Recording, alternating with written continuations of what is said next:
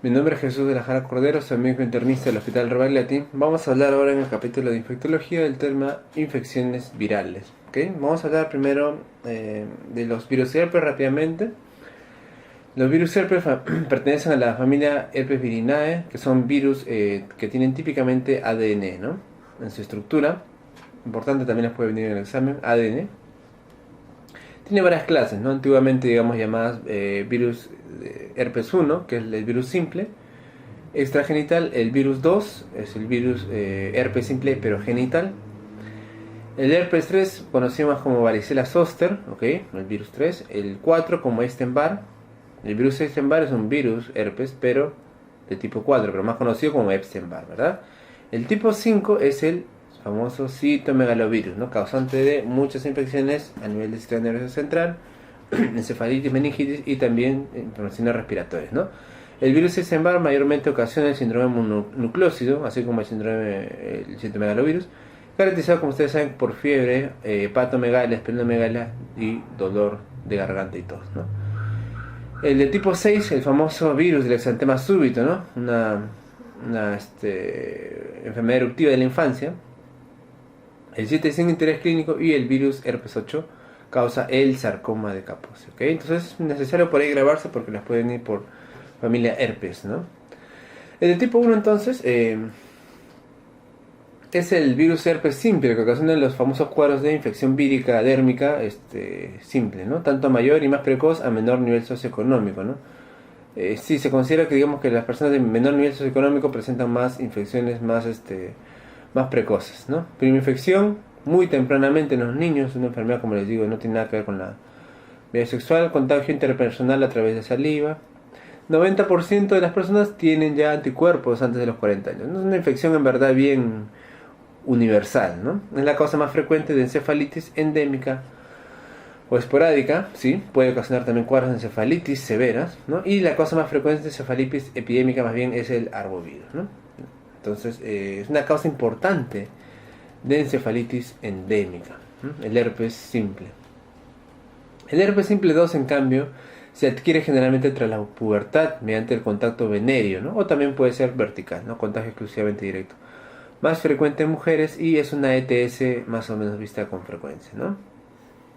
Hoy se cree que en realidad no tiene este virus relación con cáncer de cervix, ¿no? Pero sí es un único virus que se considera relacionado con el virus del papiloma humano. Ese virus herpes simple 2 es un virus típicamente de enfermedad de transmisión sexual, ¿ok?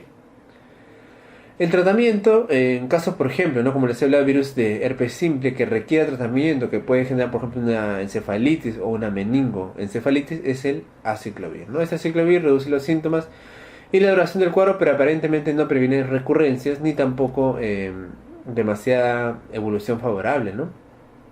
El mecanismo de acción del aciclovir inhibe la replicación viral al ser análogo de la guanosina, ¿no? Es un profármaco que interrumpe más bien lo que es la replicación viral, ¿no? Se debe fosforilar por enzimas quinasas previamente presentes solo en las células infectadas. Por eso tendría un efecto aparentemente selectivo, ¿no?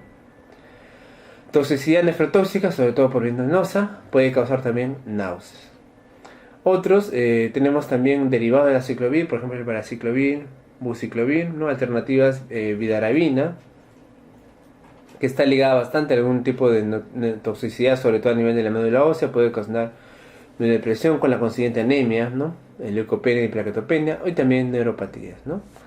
Si el caso es un paciente con un herpes de tipo resistente, podemos utilizar el Foscarnet. Este Foscarnet sobre todo tiene alteraciones a nivel nefrológico, ¿no? Puede ocasionar nefrotoxicidad, cuadros de insuficiencia renal aguda, ¿no? Por lo tanto hay que tener mucho cuidado. Entonces,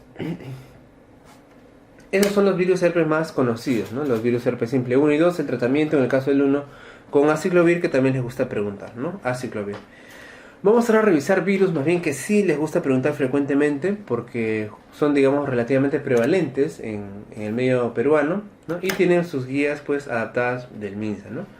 Muchas veces han venido preguntas del dengue y va a seguir viniendo, ¿no? El dengue es una enfermedad viral aguda de tipo endemoepidémica transmitida por la picadura, en este caso del famoso Aedes, ¿no? De la hembra del Aedes aegypti generalmente, ¿no? Que constituye actualmente la arbovirosis más importante a nivel mundial en términos de morbilidad, mortalidad e impacto económico. Como vemos acá, mayormente los trópicos están, ¿no? Inmiscuidos en lo que es el dengue. El dengue en el Perú en general se ha visto desde la época de 1984, la reintroducción de la Aedes aegypti que había sido, digamos, erradicada, ¿no? Hubo un primer brote en Loreto, San Martín y posteriormente pues la situación está casi descontrolada en verdad, porque ustedes saben que el dengue pues está no solamente en la selva, ¿no? También está en la costa, incluso en Lima también es frecuente, ¿no? El encontrar casos de dengue, ¿no? Acá vemos, por ejemplo, la evolución histórica del dengue en el Perú en los años 90, ¿no? Hemos tenido picos en 2001, por ejemplo, ¿no? O incluso el cuadro severo, que es el dengue hemorrágico, es una enfermedad típicamente hemorrágica, también les vienen así a veces, ¿no? Una enfermedad viral hemorrágica, dengue, ¿no? 2006 a 2010 se ha incrementado el número de casos notificados cada año, ¿no? Tiene que ver también, obviamente, lo que es el fenómeno del niño, ¿no? El fenómeno del niño causa, pues, inundaciones, problemas, en los cuales, digamos, que la Aedes está más propenso a tener su ambiente ideal, ¿no? El agente, ¿no? El dengue es la enfermedad viral transmitida por artrópodos más frecuente de la humanidad, ¿no? Requiere participación obviamente de tanto el virus, tanto el vector y el mismo huésped, ¿no? Es causada por infección por uno de 4 serotipos del virus dengue, que es un flavivirus. Es un virus ARN, no de tipo ADN, sino ARN, no segmentado, y la infección por un serotipo confiere inmunidad homotípica de por vida hacia ese serotipo. Pero más bien la inmunidad heterotípica, eso quiere decir a la otra variante, digamos, a la otra variante es más bien breve, ¿no? Puede ser variable y dura unos meses. El vector, como sabemos, es la Aedes aegypti, ¿no? Este famoso Aedes que es un mosquito que va a transmitir el dengue, pues, y le gustan unos tipos digamos, ambientes especiales, ¿no? Este Aedes aegypti deposita sus huevos sobre todo cercano a las casas que tienen contenedores de agua, ¿no? Ya sean naturales o artificiales, ¿no? Por eso siempre se recomienda pues no cerrar todos los contenedores de agua que podemos tener, sobre todo como ustedes saben en pueblos quizás que no tienen pues el servicio de agua potable, entonces tienen que almacenar frecuentemente agua, ¿no? Potable en sus bidones, etcétera. Obviamente ese es un ambiente en el cual la Aedes frecuentemente deja sus huevos y las larvas también pueden producirse, ¿no? Generalmente tiene un vuelo diurno, ¿no? El Aedes. Prefieren morder al humano en general, por eso somos una especie, digamos, en peligro en ese sentido. La altitud a la cual se desarrolla es menos de 2200, ¿no? Climas tropicales, climas de costa, ¿no? Latitud 45 grados, latitud norte y 35 del sur, mayormente los trópicos, ¿no? Tiene una temperatura de ambiente amplia, de 15 hasta 40 grados Celsius, centígrados, humedad relativa de moderada a alta y radio de vuelo de 100 metros aproximadamente, ¿no? Son netamente antropófilos, ¿no? Preferencia de los humanos y domésticos, ¿no? Aedes, por eso les digo, vive en aguas estancadas, ¿no? Pues esto estanca en llantas viejas, en contenedores, en cualquier tipo de reservorio, incluso natural, ¿no? El huésped es el ser humano. El Aedes hembra se alimenta durante el día y suele picar de preferencia en la nuca o en los tobillos, ¿no? Son vectores muy eficientes, se interrumpen fácilmente al alimentarse, causando que terminen la cena incluso en otro huésped, ¿no? El virus no les provoca efectos adversos de ningún tipo, por supuesto, y estos insectos lamentablemente se mantienen infectados por el resto de sus vidas, ¿no? O sea, todo el tiempo ellos están infectados. El tiempo de vida medio aproximadamente de ellos es de 21 días, que puede llegar hasta 65 días máximo, ¿no? Se ha reportado transmisión incluso vertical, ¿no? De mosquito a mosquito, y los huevos pueden soportar temperaturas más o menos severas, pero no toleran las que son menos de 10 grados Celsius, ¿no? Incluso hasta periodos de desecación en ambientes tropicales pueden aguantar, pero no toleran temperaturas por debajo de 10, ¿no?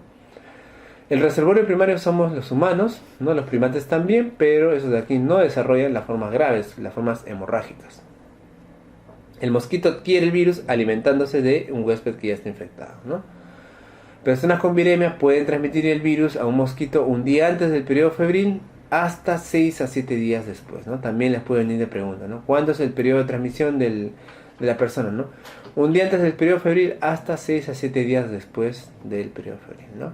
El mosquito puede transmitir el dengue al picar a otro huésped, ¿no? El periodo de incubación aproximadamente es de 8 a 12 días. Una vez que ha sido inoculado el huésped, ¿no? La persona tiene un periodo de incubación también intrínseca, en este caso, de promedio de 4 a 7 días, ¿no? Que viene de 3 hasta 14 días, pero promedio de 4 a 7 días, ¿no?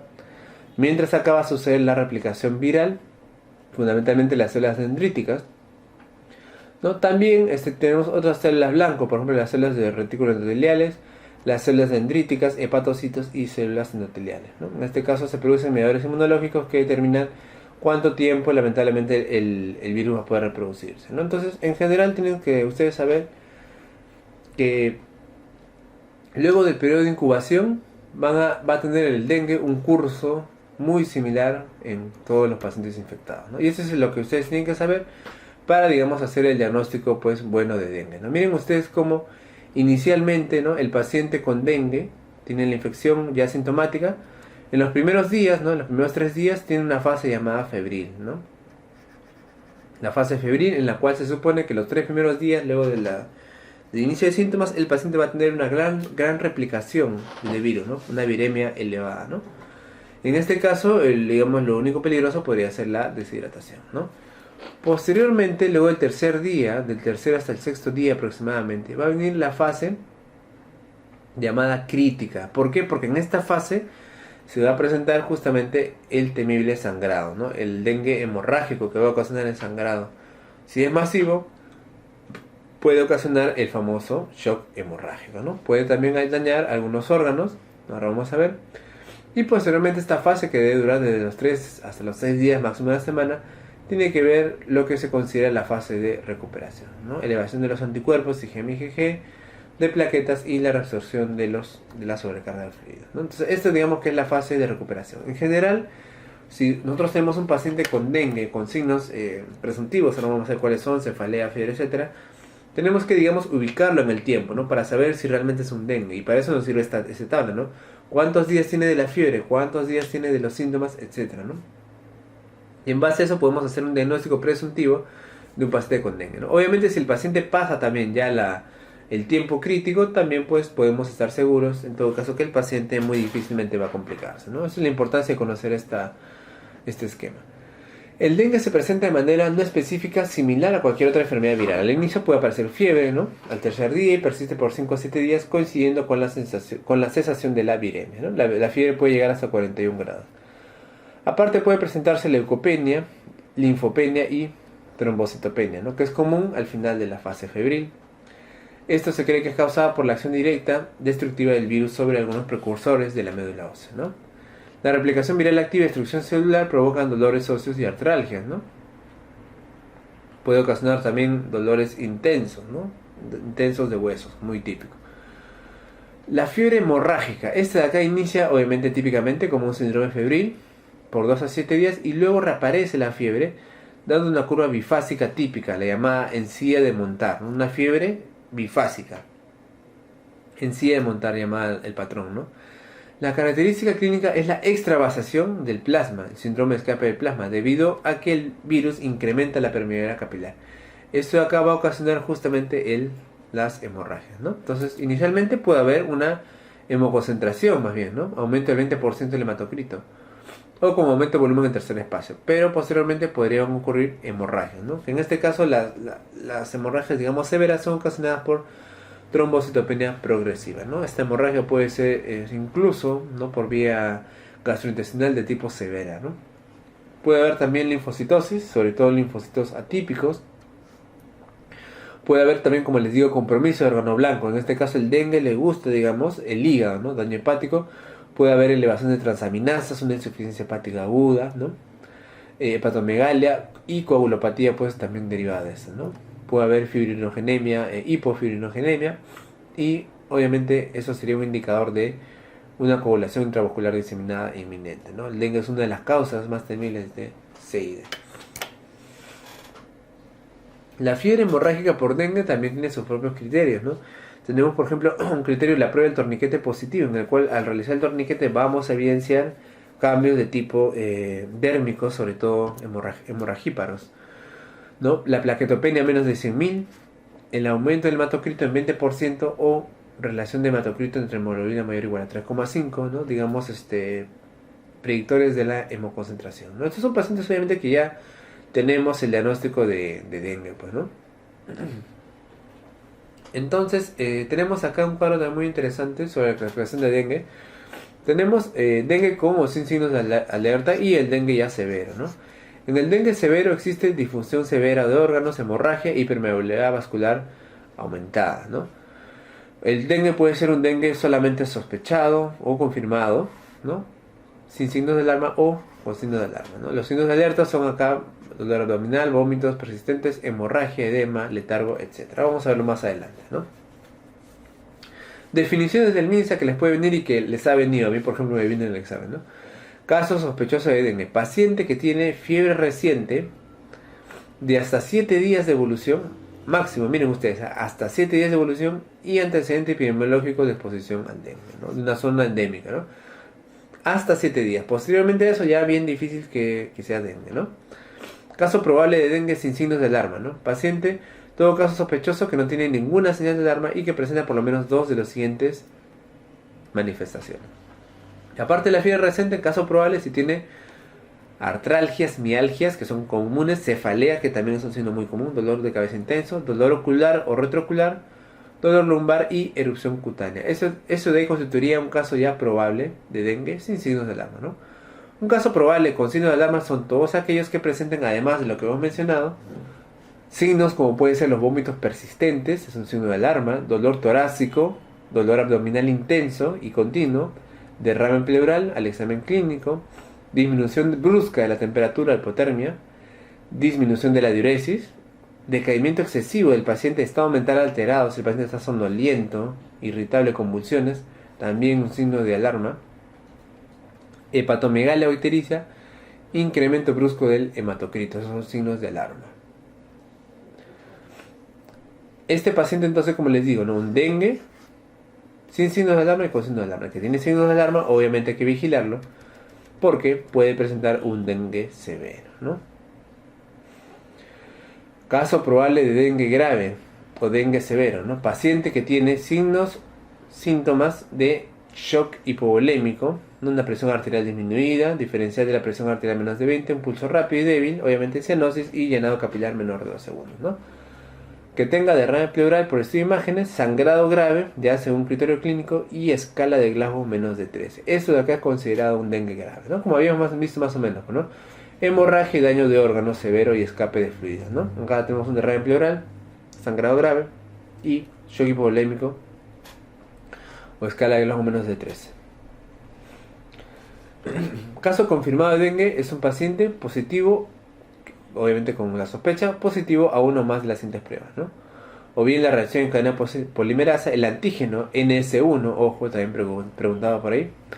Aislamiento viral por cultivo, que no es tan frecuente ni fácil. Detección de anticuerpos IgM para dengue. O evidencia de cero conversión en IgM en muestras pareadas. Las manifestaciones clínicas, los pacientes con dengue que más vemos en los pacientes, ¿no? Pacientes generalmente viene por fiebre, malestar general y cefalea, ¿no? Esos son los síntomas más frecuentes, ¿no? Fiebre intensa, malestar general, cefalea, dolores musculares, ¿no? También puede haber pues dolor abdominal, náuseas, vómitos, prurito, lumbalgia también por ahí es mencionado, hepatomegalia y pues más raro gingivorragia en pacientes ya severos, ¿no? Pero fundamentalmente son los de ahí, ¿no? Pruebas de laboratorio hemos hablado, ¿no? Que tenemos que tomarlo obviamente albúmina, creatinina para ver la función renal, la función hepática, exámenes de sangre, ¿no? Ver la plaquetopenia probable y también las pruebas específicas, ¿no? Que hemos hablado. Diagnóstico ya hemos hablado de trombocitopenia, leucopenia, neutropenia. Incremento de transaminasas también, ¿no? Muy visto en dengue también, hay que evaluar eso, ¿no? Acá está, digamos, una relación entre los días de enfermedad y las pruebas terapéuticas que nos pueden utilizar, ¿no? En general, el gol estándar a ese nivel es la inhibición de la hemaglutinación, ¿no? Por virus dengue. Tenemos también la posibilidad de dosar los antígenos en S1 a través de ELISA o séricos. Obviamente van a estar fundamentalmente en los primeros estadios, ¿no? O sea, los primeros 7 días, ¿no? La viremia, como ustedes ya saben, la reacción cadenada de polimerasa, también está sobre todo los 3 primeros días, ¿no? Plasma sérico de fase aguda. Y posteriormente, luego de los 4 o 5 días, vamos a poder ya tener los anticuerpos IgM o IgG, ¿no? A veces el diagnóstico se hace posterior, ¿no? Pero el gol estándar es la inhibición de la hemaglutinación. La prevención. Obviamente lo más importante acá sería el control del vector, ¿no? De la Aedes aegypti ya hemos hablado, obviamente el uso de mosquiteros, ¿no? El evitar pues que la Aedes pues ponga sus huevos, ¿no? Se reproduzca, ¿no? La vacunación también, ¿no? Hay una vacunación tetravalente segura, aparentemente que podría dar una protección, ¿sí? Ahí, sí. Y prevención también para los pacientes viajeros, ¿no? En pacientes ambulatorios lo ideal sería tratamiento en el hogar, ¿no? No hay manifestaciones hemorragias, tampoco hay señales de presión arterial baja, a la casa, ¿no? Observación y tratamiento de pacientes ambulatorios si ha tenido por ahí manifestaciones hemorrágicas muy leves o presión arterial o hidratación precaria, ¿no? Hospitalización en pacientes que tienen señales de shock inminente o síndrome de shock por dengue, ¿no? Pacientes ahí tienen que hospitalizarlo inmediatamente, ¿no? Paciente con shock que se deteriore rápidamente, que tenga una severa permeabilidad capilar, sangrado severo, sobrecarga de volumen o encefalitis, ¿no? ¿A qué paciente hospitalizo necesariamente? Si me está sangrando activamente, si ya tiene una difusión orgánica, ¿no? Ya sea renal, por ejemplo, hipotensión o signos de fuga de plasma, elevación del hematocrito, derrames, como hemos hablado, o comorbilidades, ¿no? En estos casos, en los pacientes que tienen...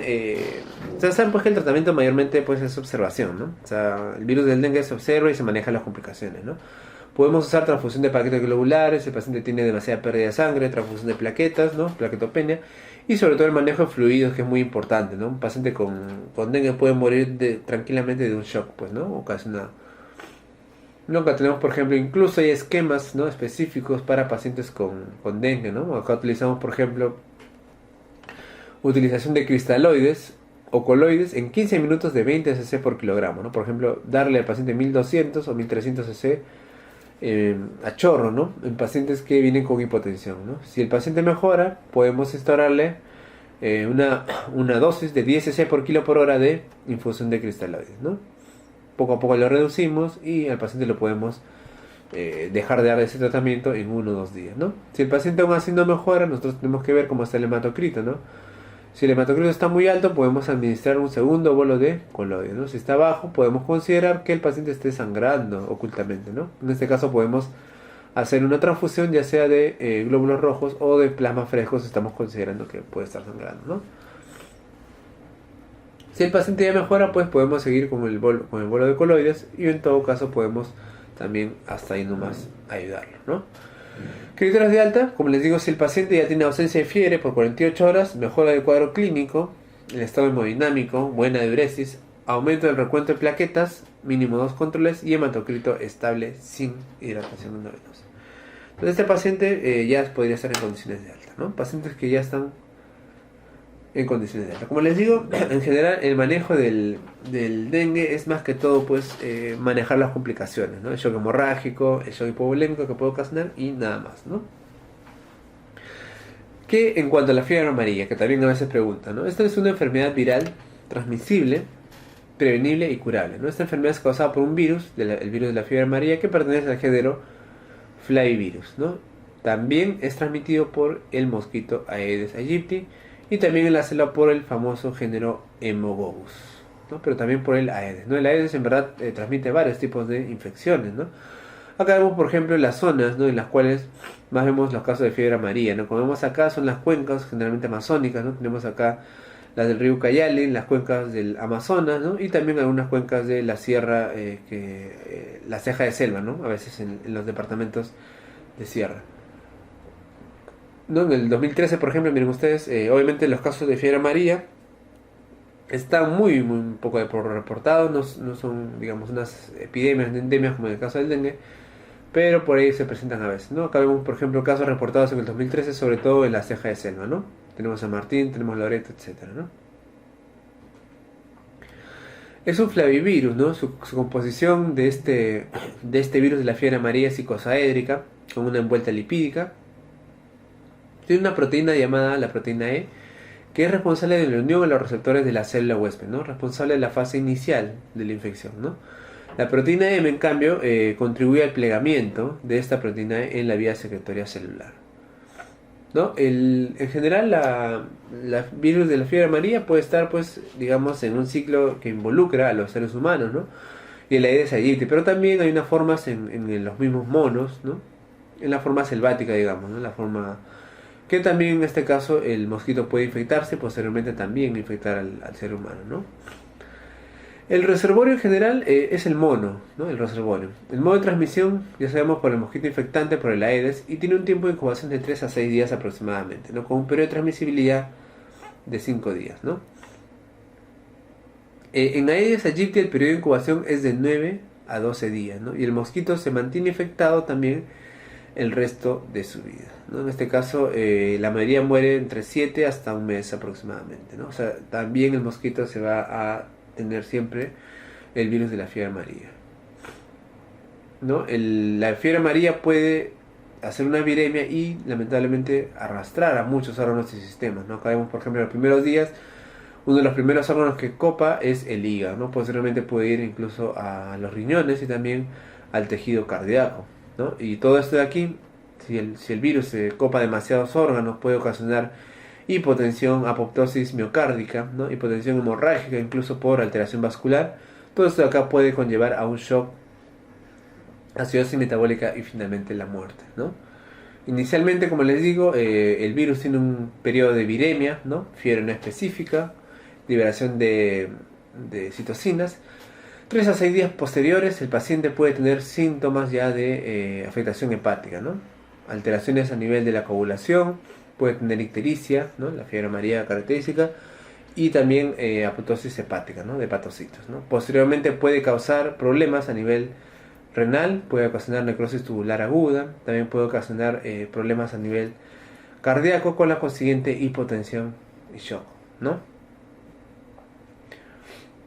Vamos a avanzar.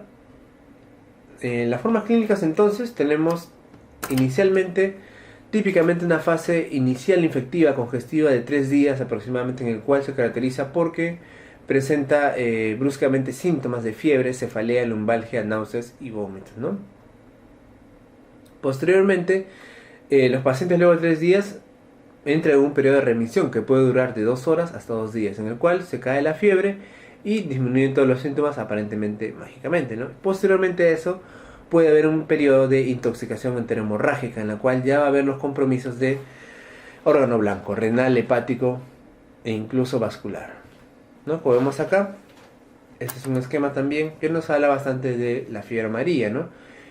El periodo inicial de infección, de 3 a 6 días, que el paciente tiene fiebre, puede tener además náuseas, dolor lumbosacro, mialgias y dolor de cabeza, ¿no? Acá podemos encontrar una ligera elevación de las transaminasas, y posteriormente puede entrar el paciente, como les digo, en un periodo de remisión, ¿no? De 2 a 24 horas, 2 días a veces, ¿no? Que el paciente aparentemente, ¿no? Se cura 2 días. Y posteriormente el periodo de intoxicación, ¿no? El cual puede durar de 3 hasta 10 días, hasta 8 días. El paciente nuevamente va a tener la fiebre, el dolor de cabeza, la epigastralgia y sobre todo la ictericia, ¿no? Más que la fiebre, la ictericia, ¿no? O sea, es una fiebre inicialmente que posteriormente cae y aparece la ictericia. Es una característica importante de la fiebre amarilla, ¿no? Como les digo, puede ocasionarse aparte shock, puede haber coma, hipotensión, convulsiones, etcétera, por el compromiso orgánico, ¿no? Esto de acá puede ir obviamente a la muerte o en todo caso a la recuperación.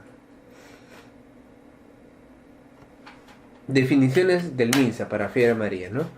Caso probable es toda persona de cualquier edad procedente de una zona endémica de fiebre amarilla que presente una fiebre y no es agudo que se sigue posteriormente por ictericia, ¿no? Aparte debe cumplir uno de los siguientes criterios: sangrado de mucosa nasal y encías o digestivo, y el otro criterio sería muerte de 3 semanas después de haberse instaurado la enfermedad. Ese sería un criterio diagnóstico, ¿no? El caso confirmado es todo caso probable cuyo resultado laboratorio es positivo, ¿no? Por algunos métodos que podemos ver. Por ejemplo, el aislamiento del virus, que es algo difícil, la presencia del IgM específica para la fiebre amarilla o aumento en niveles de IgG más de 4 veces. También obviamente puede hacerse diagnóstico por reacción en cadena de polimerasa, ¿no? En tejidos a nivel, un diagnóstico post-mortem, ¿no? Que sería muestra de hígado por inmunohistoquímica, detección del secuenciamiento genético del virus de la fiebre amarilla por PCR, ¿no? Por nexo epidemiológico, si el paciente tiene contacto de uno o más casos probables con uno o más casos pero ya confirmados procedente de la misma área endémica, ¿no? En este caso se podría hacer también el diagnóstico definitivo, ¿no? Caso descartado, todo caso que después de la investigación no cumple con el criterio de caso probable o que tiene resultados negativos en laboratorio, ¿no? Caso sospechoso, paciente que tiene fiebre e ictericia de inicio agudo y procede de una zona ensópica, ¿no? En general. Casos asociados a vacuna, existen algunos casos probables con antecedentes de haber sido vacunado de días antes que pueden desarrollar este tipo de infecciones, ¿no? Y hemos hablado entonces, tiene diversas formas que se pueden manifestar, digestiva también, icterodigestiva, icterohemorrágica y también la forma icterohemorrágica renal, en el cual también hay mayor compromiso, ¿no? Manejo de lo que es la absorción de agua, ¿no? La retención hídrica, puede haber necrosis tubular aguda y esto de aquí puede ocasionar la muerte, ¿no? Ya hemos hablado del diagnóstico, obviamente utilizamos también exámenes de sangre, ¿no? Coagulación, ver cómo está la coagulación, el análisis de la creatinina, bioquímico. Podemos utilizar algunos tipos de pruebas, obviamente hepáticas, para ver cómo están las transaminasas, ¿no? Y algunos test específicos, ¿no? Hemos hablado de test serológicos tipo ELISA, ¿no? Detección de PCR, etcétera. En general, claro, el mejor análisis para la fiebre amarilla que tenemos actualmente es el diagnóstico por inmunoglobulina M, mediante la técnica de ELISA, ¿no? La ELISA me sirve en general bastante cuando trato pues de virus, ¿no? Como ustedes pueden ver, ¿no? Es la técnica preferida para el diagnóstico específico, aunque algunos pueden detectar con éxito IgM o IgG por inmunofluorescencia indirecta, pero la ELISA es una prueba, como ustedes saben, simple, poco costosa y más rápida, ¿no? El análisis tiene 95% más de sensibilidad cuando se analizan las muestras obtenidas en los primeros días de los inicios de síntomas, obviamente, ¿no? Que hay mayor viremia. Tratamiento, igualmente no hay tratamiento específico. Se trata solamente de las complicaciones, ¿no? Que hemos hablado, renales, hemorrágicas, etc. Otro virus importante que vamos a ver ahora es el virus del H1N1. También por ahí a veces, ¿no? Le han preguntado por el hecho de que ha habido pues una epidemia, como ustedes saben, terrible, ¿no? Sobre todo en México. Que justamente pues el virus H1N1 tiene, digamos, una correspondencia con una serie de virus, ¿no? Aviarios en general que pueden existir a nivel gripe aviaria, gripe humana y gripe porcina, ¿no? Que en general pueden sufrir incluso mutaciones, ¿no?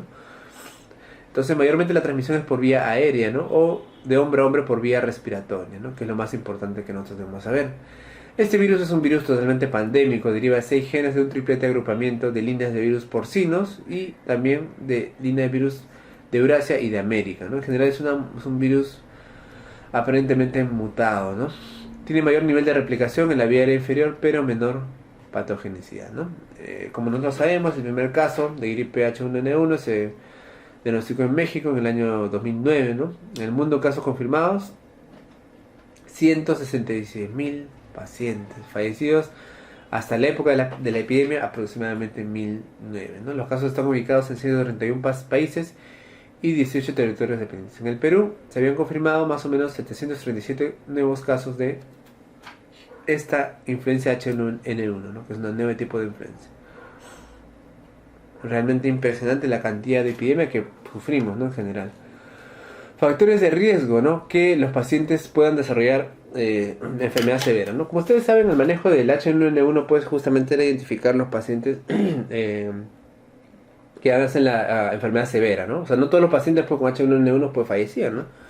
Obviamente, pero existen factores de riesgo, ¿no? Y entre estos factores de riesgo obviamente están los extremos de la vida, ¿no? ¿Se acuerdan ustedes?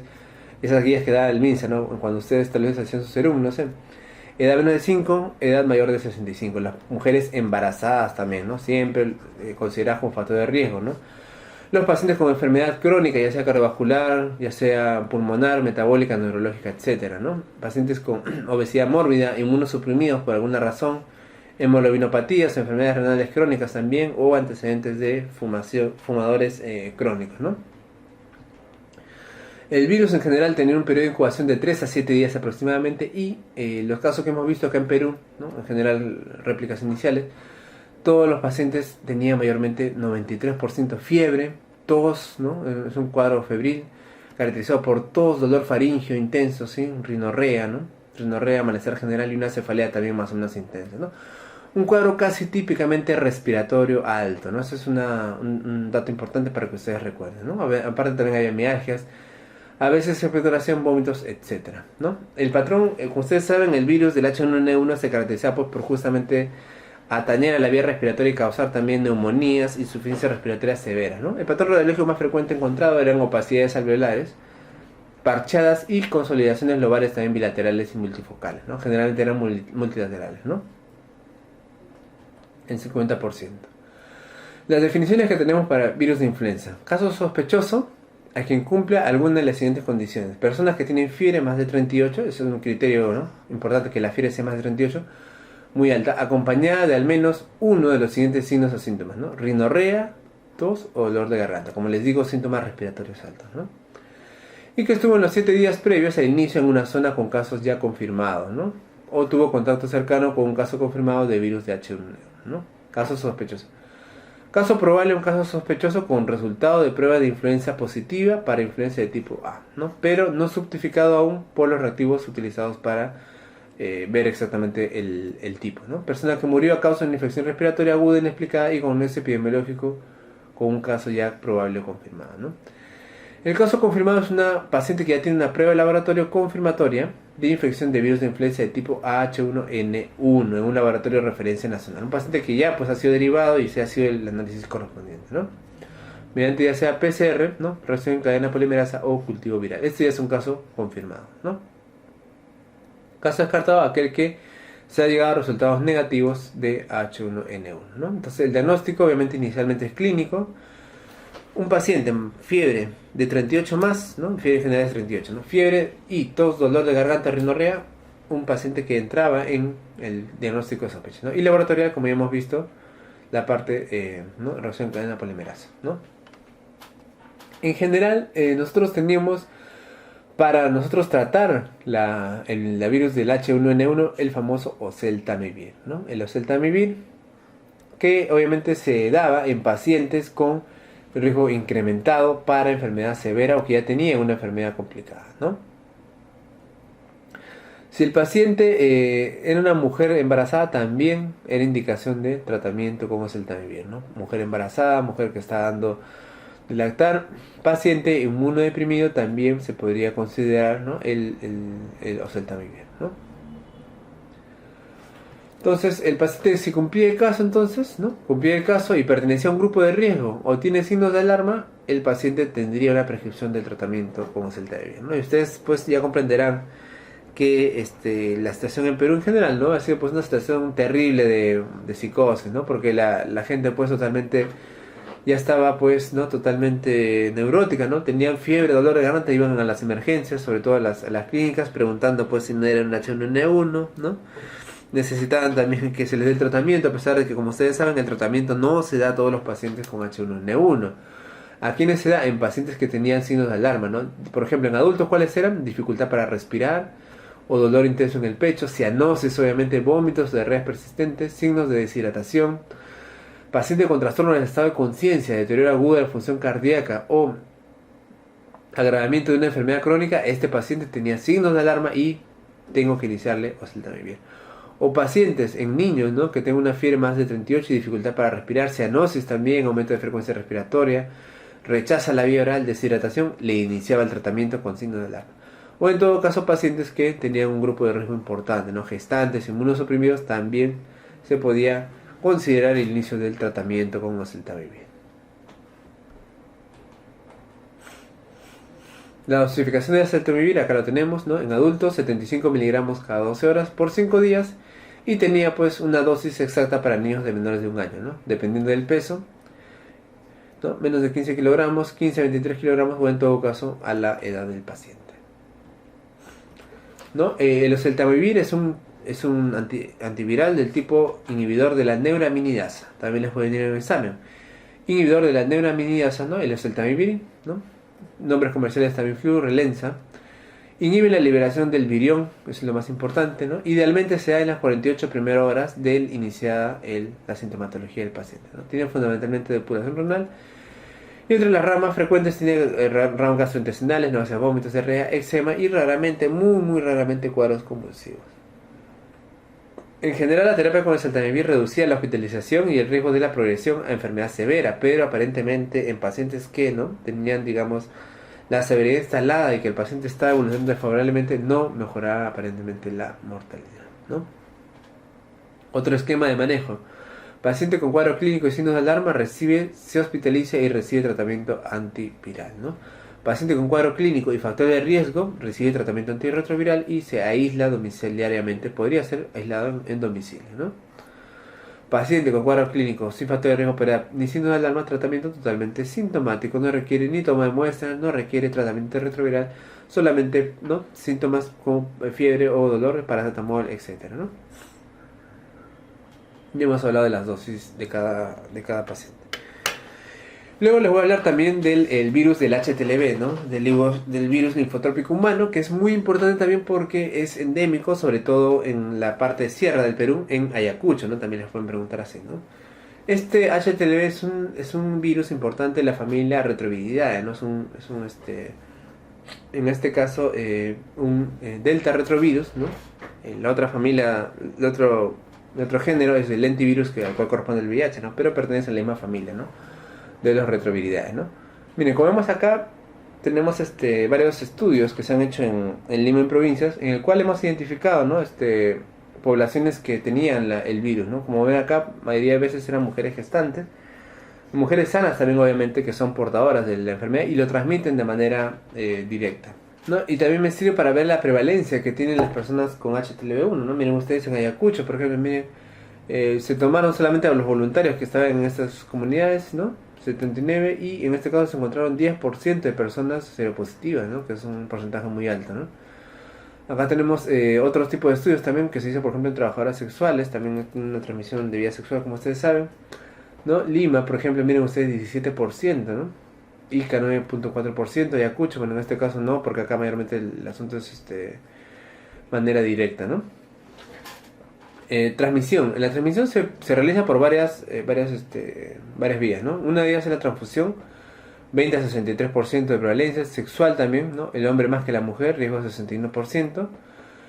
Y en mujeres menores que hombres, 0.4%, ¿no? De mujeres a hombres, 0.4%, ¿no? Lactancia materna, riesgo desde 18 a 30%, un riesgo muy importante. Y la transmisión vertical es una de las transmisiones más importantes, ¿no?, de transmisiones de madres a hijos, a través también de jeringas y también a través de trasplante de órganos,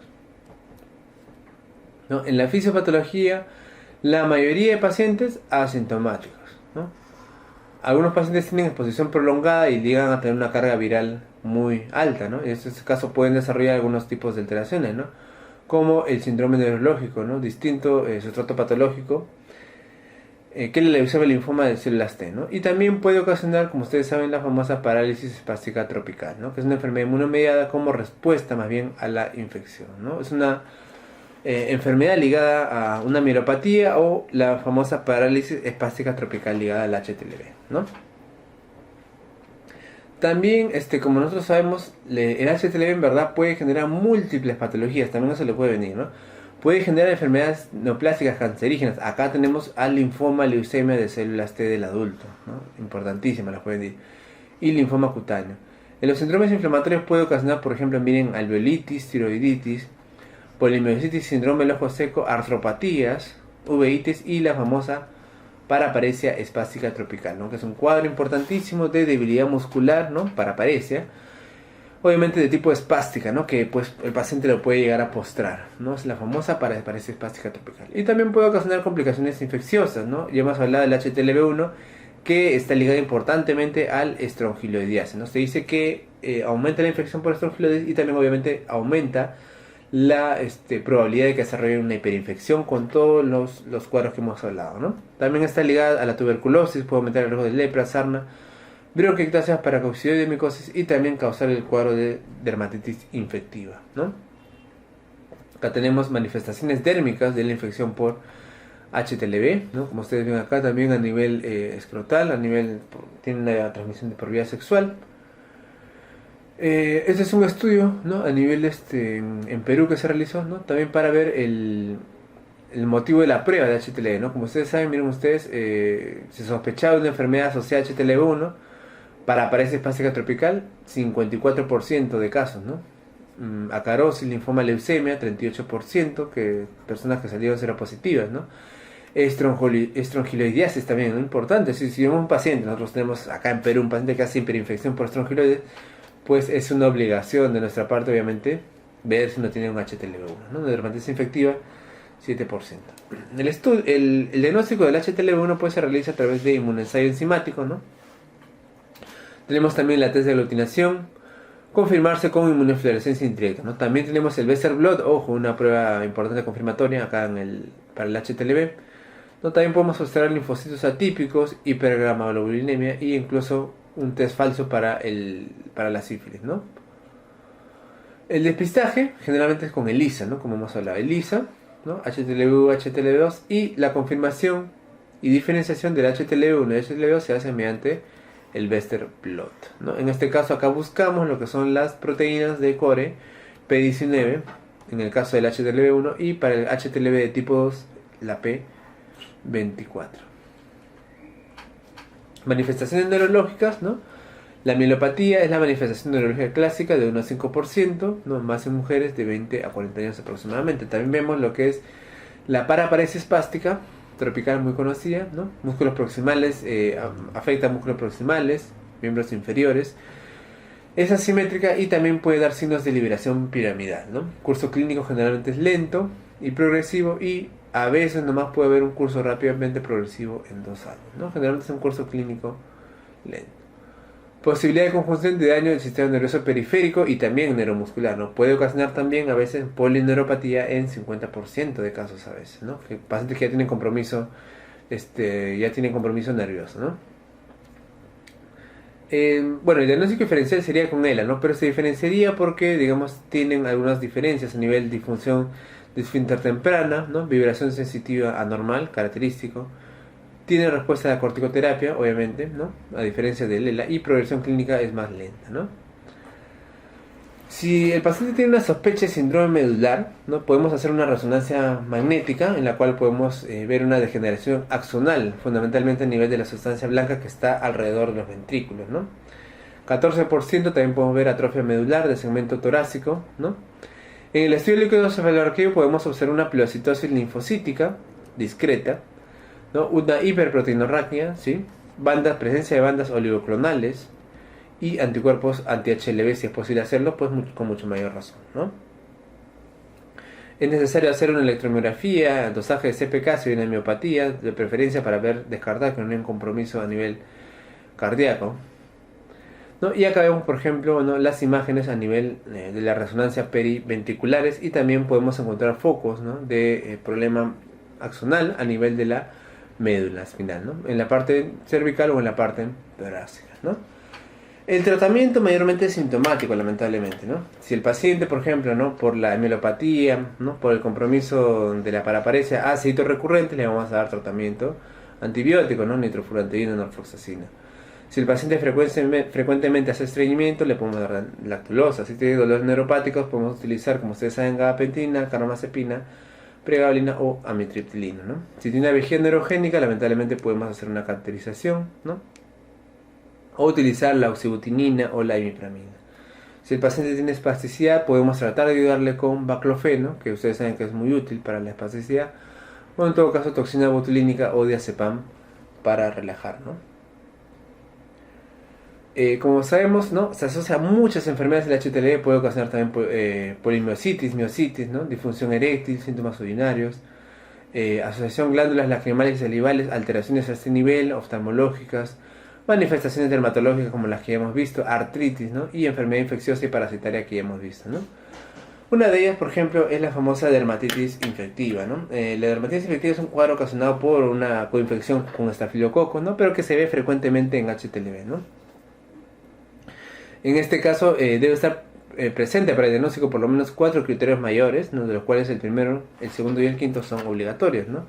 La presencia, por ejemplo, de eczema del cuero cabelludo, en axilas ingleo y externo, márgenes palpebrales o en la parte perinasal, ¿no? Descarga nasal crónica acuosa, ¿no? Con constantemente rinorrea, sin otros signos de rinitis importantes. Dermatitis crónica recurrente, ese es un criterio muy importante. El inicio de la infancia temprana, bueno. Y la serología pues también no puede faltar, ¿no? Sobre todo como es el criterio 1, 2 y 5, ¿no?